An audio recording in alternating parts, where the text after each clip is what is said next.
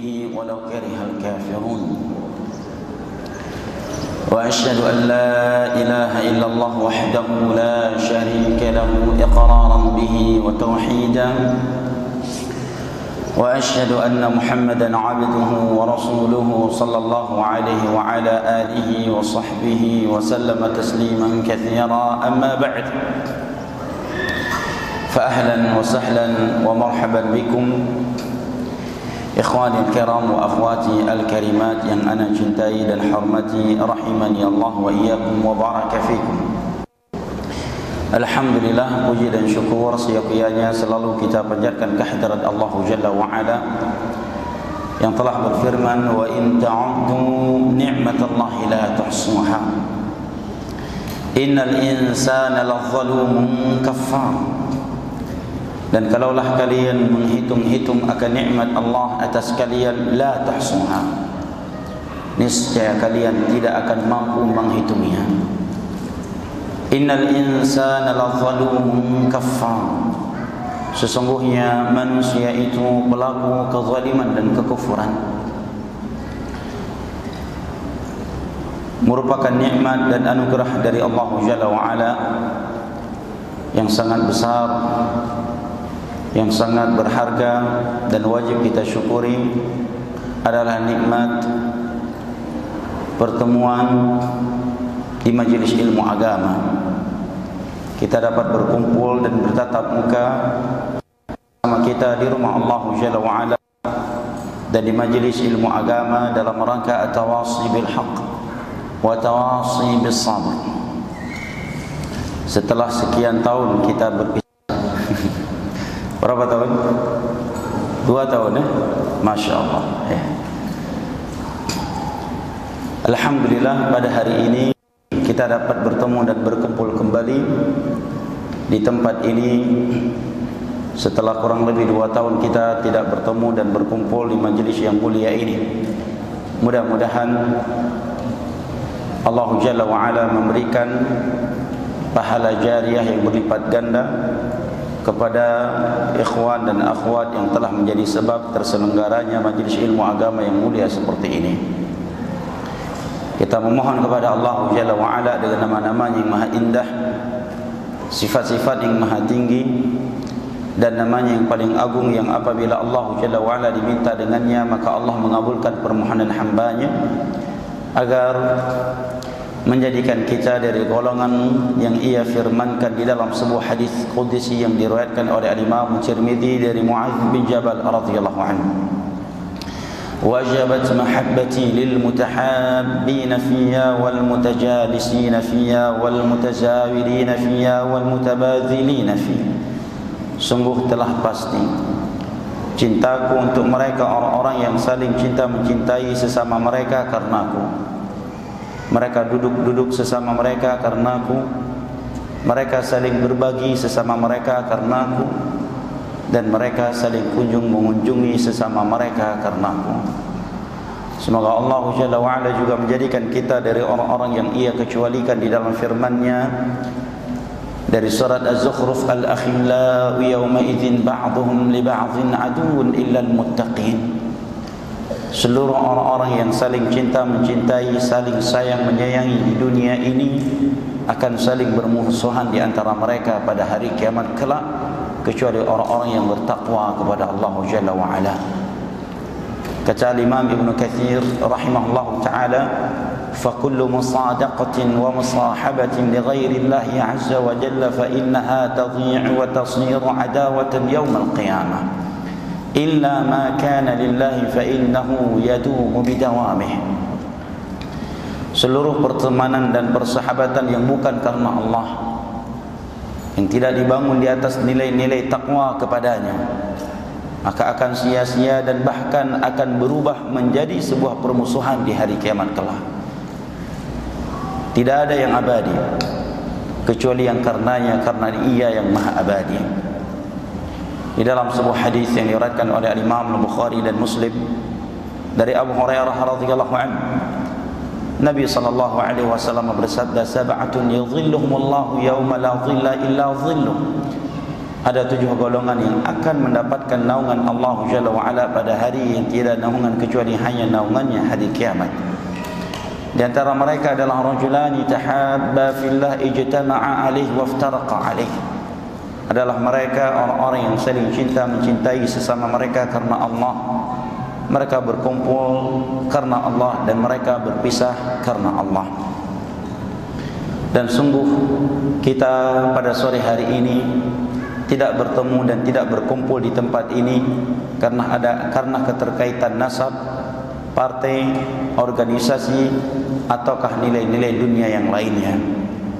Tidaklah kita berkumpul dan bertemu saat ini dari jarak yang berbeda-beda, dari jarak yang jauh dan tempat yang berbeda-beda, dengan suku yang berbeda-beda, kecuali karena undang-undang dasar kita yang satu dan sama. Radina billahi rabba wa bil islami dina wa bi Muhammadin sallallahu alaihi wasallam nabiyya wa rasulah. Undang-undang dasar yang satu ini dan konsekuensi-konsekuensinya lah yang telah mempertemu dan mengumpulkan kita di tempat ini pada kesempatan sore hari ini. Salawat beserta salam selalu kita sanjung sajikan kepada Nabi besar kita, keluarga dan segenap sahabat-sahabat beliau, serta yang mengikuti mereka dengan kebaikan hingga hari kiamat, yang telah bersabda, wa man salaka tariqan yaltamisu fihi ilma sahalallahu lahu bihi tariqan ila al-jannah wa ma ijtama'a qaumun fi baitin min buyutillah yatluna kitaballah wa yatadarasunahu fima bainahum illa nazalat alaihimus sakinah wa ghashiyatuhumur rahmah wa haffathumul malaikah wa dzakarahumullahu fi man 'indah. Barang siapa yang menempuh sebuah perjalanan dalam rangka menuntut ilmu agama, niscaya Allah akan mudahkan baginya jalan menuju syurga. Dan tidaklah ada sebagian kaum berkumpul di rumah Allah mempelajari agama Allah sesama mereka, melainkan akan turun untuk mereka sakinah ilahi, tercurahkan untuk mereka rahmat. Malaikat-malaikat Allah meliputi mereka. Wa dzakarahumullahu fi man 'indah, dan Allah menyebut-nyebutkan mereka dengan pujian dan sanjungan di hadapan malaikat-malaikat yang ada di sisinya. Ayuhal ikhwah al-kiram wal akhwat al-karimat yang ana cintai, rahimani Allah wa iyyakum wa baraka fikum. Insyaallah taala pada kesempatan kali ini kita akan sama-sama mendengarkan sebuah fitnah yang pernah diutarakan kepada ibunda kita Ummul Mukminin Aisyah radhiyallahu anha dan sahabat Nabi kita sallallahu alaihi wasallam yang mulia Safwan bin Mu'attal. Sebuah fitnah yang sangat keji, namun Allah Jalla wa Ala telah berkehendak fitnah itu terjadi dan diutarakan kepada beliau karena banyak hikmah dan pelajaran yang dapat kita petik di baliknya.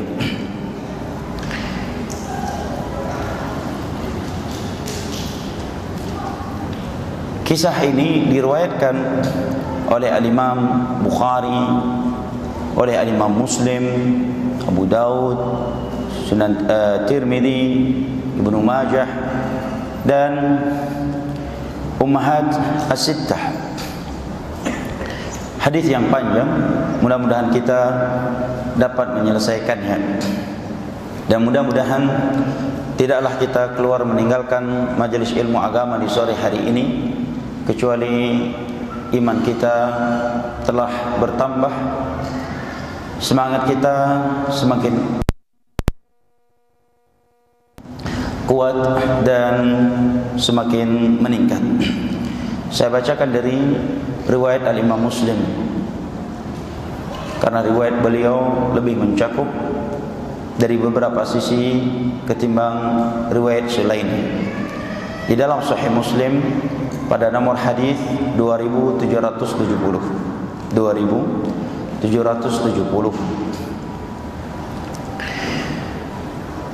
Setelah beliau menyebutkan sanadnya dari ibunda kita Aisyah radhiyallahu anha, beliau mengatakan, kana Rasulullah sallallahu alaihi wasallam idza arada an yakhruja safara,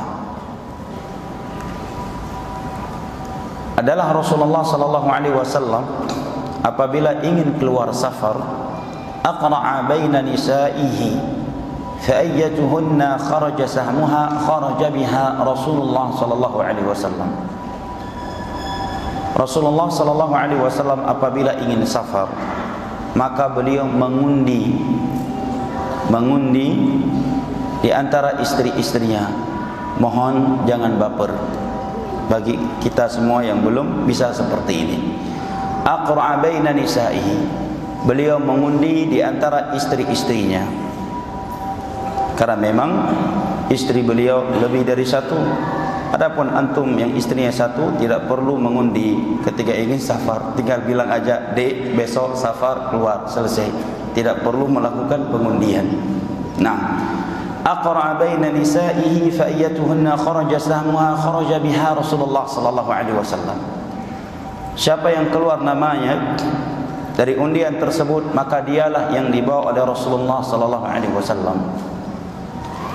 Ini di antara fikih poligami yang harus dipahami dan diketahui oleh para praktisi poligami.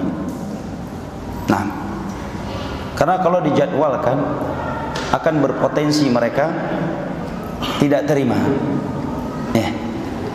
Misalkan dijadwalkan setiap bulan dia punya safar, setiap bulan misalkan safar, dia jadwalkan awal bulan si fulanah yang dibawa, pertengahan bulan si fulanah. Sedangkan perjalanannya itu berbeda-beda. Perjalanan yang pertama ke kebun sawit, mengecek usaha sawitnya. Perjalanan yang kedua ngecek usahanya yang ada di Turki. Pasti yang untung yang mana? Yang perjalanan ke Turki. Istri yang dibawa untuk perjalanan melihat kebun sawit pasti gak terima, masa gua kebun sawit dibawanya. Ya, sedangkan yang satu lagi ke Turki. Berpotensi mereka bertengkar, tidak terima. Nah, tetapi kalau sudah diundi, pilihannya dari Allah Jalla wa Ala. Dia tidak bisa menuduh suami tidak adil, ya, dan lebih menutup pintu untuk dia mereka saling hasad di antara mereka. Dan undian salah satu dari solusi syar'i. Undian salah satu dari solusi syar'i. Tidaklah Nabi Yunus dijatuhkan ke dalam laut oleh para penumpang kapal, melainkan karena nama beliau keluar dalam undian. Siapa yang berhak untuk dijatuhkan dari kapal demi menyelamatkan yang lainnya. Fasahama fakana minal mudhadhin faltaqamahu al-hut wa huwa mulim, dalam surat As-Saffat. Kemudian ibunda kita menyampaikan, wa kana yuqsimu likulli imra'atin minhunna yawmaha wa lailataha, dan seluruh istrinya mendapatkan jatahnya. Beliau membagikan jatah untuk setiap istri dari istri-istrinya hari dan malamnya. Ghaira anna Saudata binta Sam'ah wahabat yawmaha wa lailataha li Aisyah, kecuali satu istri. Yang lain semua dapat jatah siang dan malam, kecuali satu istri dari istri-istri beliau yang bernama Saudah bin Zam'ah. Ia menghadiahkan hari dan malamnya untuk Aisyah radhiyallahu anha. Allahu akbar. Tabtaghi bidzalika ridha Rasulullah sallallahu alaihi wasallam. Dia melakukan itu untuk memperoleh kecintaan Rasulullah sallallahu alaihi wasallam, ridhonya Rasulullah sallallahu alaihi wasallam, karena sudah menjadi kebahagiaan, menjadi sebuah kebahagiaan untuk beliau tatkala melihat Rasulullah sallallahu alaihi wasallam bahagia. Beliau rela mengorbankan haknya untuk membahagiakan Rasulullah sallallahu alaihi wasallam dengan Aisyah. Demikianlah mereka yang Allah Jalla wa'ala berikan keutamaan pada akhlaknya. Wa naza'na ma fi qulubihim min ghillin ikhwanan ala sururin mutaqabilin. Kami bersihkan hati-hati mereka dari penyakit dengki, cemburu, sehingga menjadi orang-orang yang saling bersaudara di antara mereka. Perbuatan Saudah bintu Zamah radhiyallahu anha yang mulia ini menghadiahkan jatah siang dan malamnya untuk ibunda kita Aisyah radhiyallahu anha, istri Nabi sallallahu alaihi wasallam termuda. Ini mengingatkan kita kepada perbuatan siapa? Sebelum ini kepada perbuatan siapa? Ibu kita tertua, siapa? Hah? Siapa? Hawa. Nabi Adam poligami. Ada riwayatnya? Boleh nih, ilmu baru nih. Nabi Adam poligami. Sarah istri Nabi Ibrahim alaihissalam. Apa yang beliau lakukan? Kita tahu semua bahawa Nabi Ibrahim alaihissalam dan Sarah belum dianugerahkan anak keturunan oleh Allah Jalla wa'ala kecuali setelah mereka berumur 80 tahunan. Di dalam Sahih Muslim dari Abdullah bin Abbas radhiyallahu anhuma dalam hadis yang panjang, suatu ketika Ibrahim alaihissalam dan Sarah masuk Ardha Misr, masuk suatu Misran, suatu Mesir. Di sini terjadi khilaf di antara ulama. Mesir ini adalah Mesir yang Fir'aun berada di dalamnya setelah itu, ataukah maksud dari Mesir di sini adalah daerah, ya, sebutan untuk daerah, ya, sinonim dari Ardhan. Dan di Mesir tersebut, di tempat tersebut ada raja yang kejam, bengis. Dia tidak bisa melihat ada wanita yang cantik.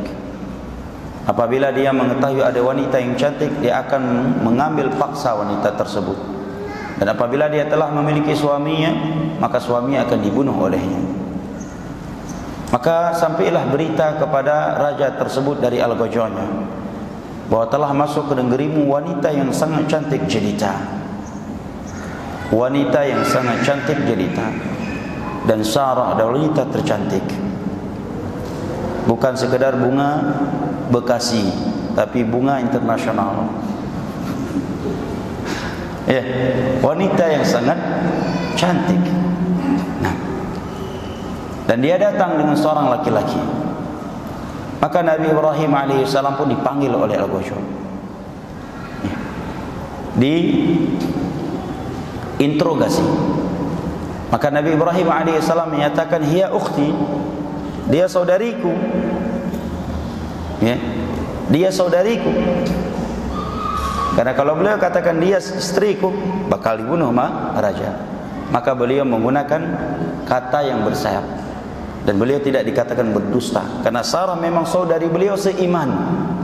Karena tidak ada yang beriman saat itu di atas permukaan bumi kecuali beliau dan Sarah. Dan Allah berfirman, "Innamal mu'minuna ikhwah." Kaum mukminin itu bersaudara. Singkat ceritanya, Sarah pun diambil paksa oleh raja, dibawa oleh Al-Ghajjal. Maka Nabi Ibrahim alaihissalam pun salat 2 rakaat menghadap kepada Allah. Wasta'inu bis sabri wassalah. Jadikanlah sabar dan salat sebagai sumber pertolongan. Ada masalah salat ya akhi, jangan curhat di dinding Facebook. Terlalu lebay bin alay.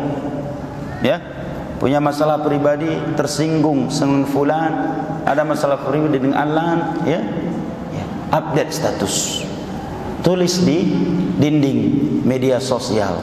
Ini perbuatan orang-orang yang kurang tawakalnya kepada Allah. Tidak layak hal yang seperti ini muncul dari orang-orang yang sudah paham tauhid dan mengikuti sunnah Rasulullah sallallahu alaihi wasallam. Nah, Ini hanya muncul dari satu kaum yang bernama Lebaliyun. Lebay jamak mudzakkar salim, Lebayiyun. Kalau dia wanita maka jamak muannats salim, Lebayniyat. Kaum Lebay. Nah, Nabi Ibrahim Rasulullah mengadu kepada Allah. Begitu Sarah dibawa masuk ke dalam kamar raja untuk na'udzubillah diperlakukan dengan perbuatan yang keji, ketika dia mengangkat tangan dan ingin menyentuh Sarah, faqubidat yadah, dibekukan seketika itu tangannya. Maka raja pun mengatakan kepada Sarah, tolong doakan aku kepada Allah. Kalau aku sembuh, aku enggak akan lagi menyentuhmu. Sarah pun berdoa. Tak lama kemudian tangannya pun sembuh. Begitu sembuh, dia pun kembali ingin menyentuh Sarah. Karena fitnah wanita fitnah terbesar. Biar enggak gemas. Oh ya. Baik. Jazakallah khair. Kemudian Allah Jalla wa'ala pun kembali membekukan tangannya sebanyak 3 kali. Setelah itu barulah dia melepaskan Sarah dan berkata kepada al-ghajawanya, ma ataitani bi'ins, innama ataitani bijin. Yang kamu bawa ini bukan manusia tetapi jin. Bawa balik dia. Kata si raja. Syahidnya, setelah itu raja menghadiahkan Hajar, seorang wanita yang merupakan pembantu dalam kerajaannya untuk Sarah.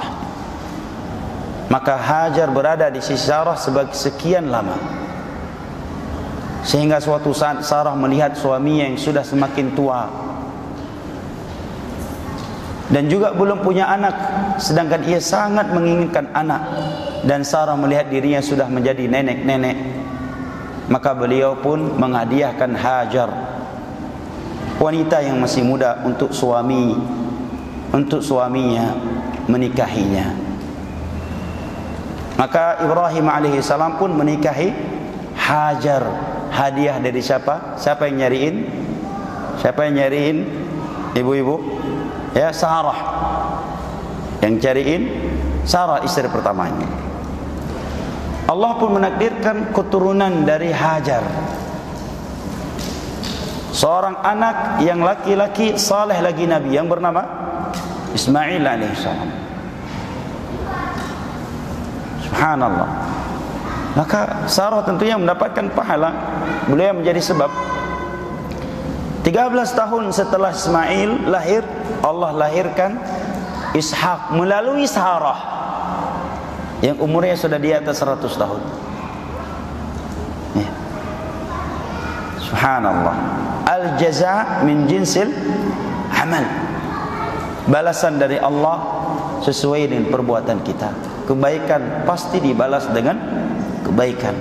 Apalagi orang-orang yang tulus, orang-orang yang ikhlas dalam melakukan kebaikan karena Allah Jalla wa'ala. Maka perbuatan ibunda kita Saudah binti Zam'ah ini mengingatkan kita kepada perbuatan ibunda kita sebelumnya Sarah alaihissalam. Mudah-mudahan ini memberikan pencerahan kepada sebagian makhluk-makhluk Allah Jalla wa'ala. Qalat, maka ibunda kita menyatakan, ketika Nabi SAW mengundi di antara kami dalam sebuah peperangan yang akan beliau lakukan, yang disebut dengan perang Al-Mari' ya, Banil Mustaliq, maka keluarlah namaku, maka aku pun keluar bersama Rasulullah SAW. Dan hal ini setelah turunnya ayat yang memerintahkan kami mengenakan hijab, maksudnya menutup wajah. Fa ana uhmalu fi haudaji, aku dibawa di dalam haudaj, di atas kendaraan. Apa haudaj bahasa antum di sini? Rumah yang di atas tunggangan, kemudian seorang ratu diletakkan di dalamnya. Pandu. Tandu. Ahsan. Itu bahasa Indonesia ya. Ya kan? Tandu. Aku dibawa di dalam tandu di atas tunggangan.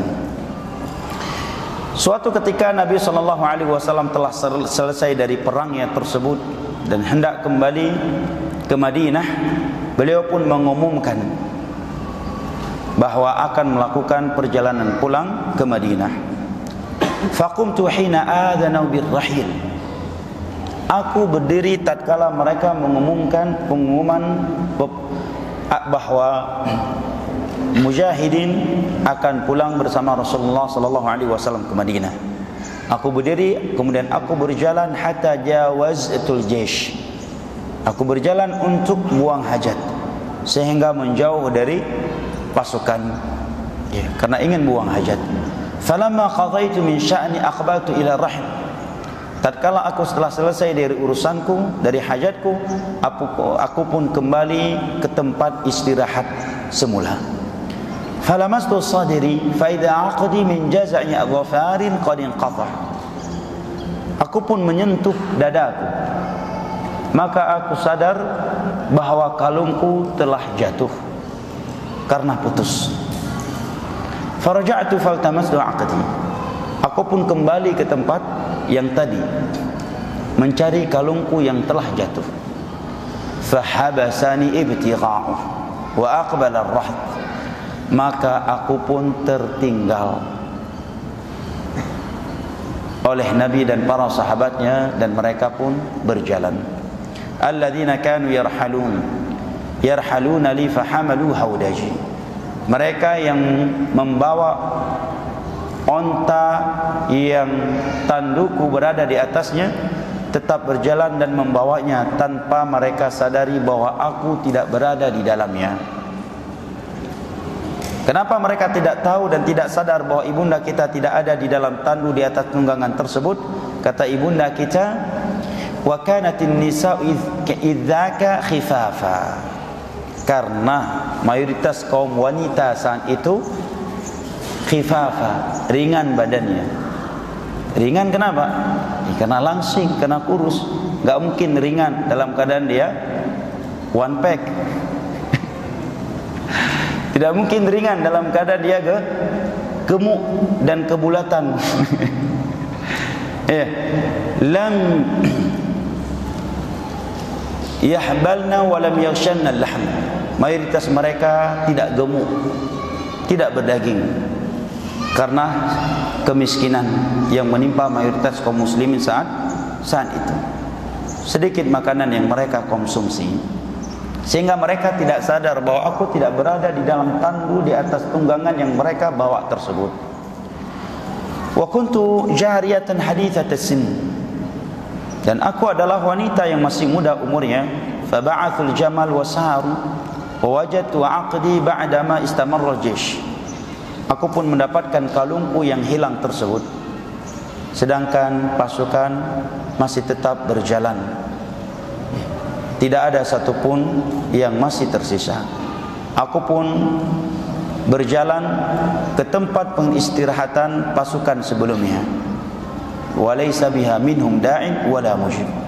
Aku melihat tidak ada satupun orang yang memanggil diriku, dan tidak pula ada satupun orang yang menyaut panggilanku. Fatayammamtu manzilil ladzi kuntu fihi.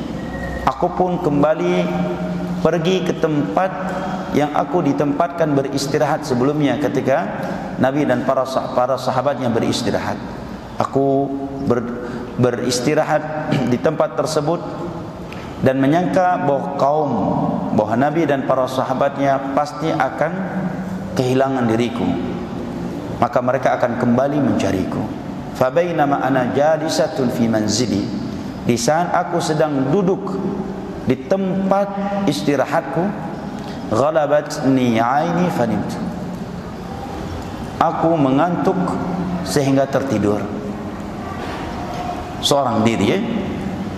Wa kana Sufwan bin Mu'attal, dan saat itu ada Sufwan bin Mu'attal As-Sulami Az-Zakwani yang ditempatkan di bagian paling belakang dari pasukan yang disebut dengan pasukan sapu bersih. Beliau dijadikan sebagai pasukan sapu bersih. Fa'adlaja fa'asba 'inda manzili. Dia pun mendekat kepadaku karena melihat ada bayangan seorang manusia yang sedang tidur dari jauh.